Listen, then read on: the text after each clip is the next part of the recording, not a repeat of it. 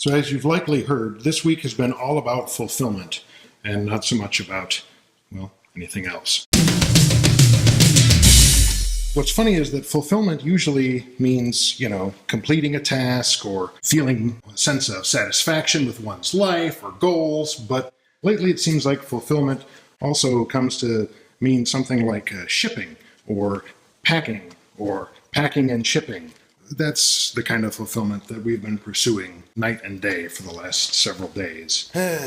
Well, once again, working on the book stuff. It's Wednesday night. There's 4 days left in the Kickstarter campaign. But again, the Kickstarter campaign is more about exposure and distribution of the book. It's actually already been printed. This is the first batch from the first printing, I guess. And the author is signing books, and it is my job, of course, as the detail clown, to package them up and ship them off. This is a priority mail box that I've been hanging on to for a while, just in case it came in handy. You'll notice here these dimensions, and I wrote discontinued size. It's because this particular box, which just says priority mail and nothing else of interest, because this box is so old, they don't make this or use it anymore. Yeah, exactly.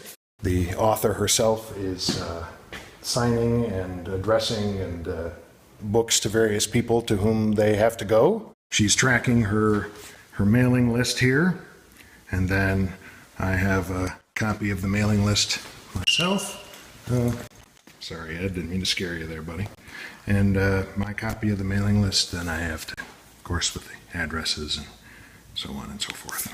Today is day 3, and the initial package of books had about 20 or so that were damaged because of the packaging rupturing during transit. So we didn't actually have all of the first batch of fulfillment. Supposedly today, the replacements have arrived.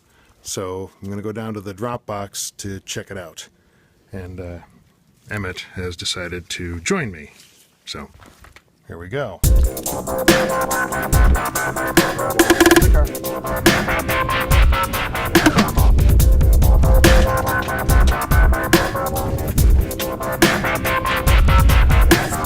Well, good news. My suspicions are correct. What we have here are actually all of the second wave of books, not just the replacements for the damaged ones, so fingers crossed.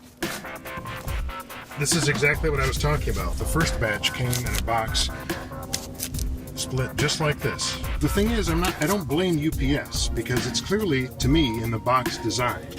It looks like they set down a pile of books in a brick, and then they fold this box around them and glue it in place. And you can see here very clearly that the sides don't meet up all the way. So this is a weak point for stuff to split. I mean, UPS probably taped this during transit.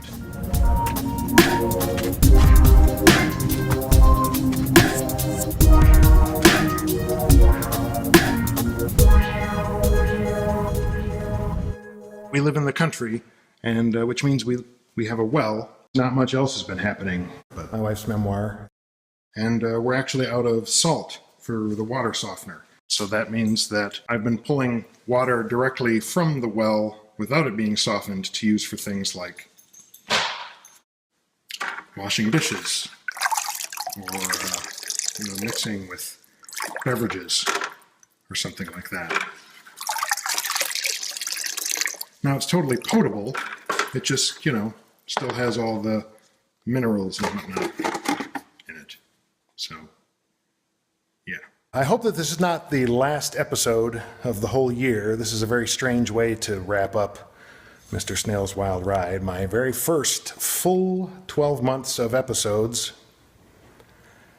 It's not how I imagined it would have gone at all, but who knows?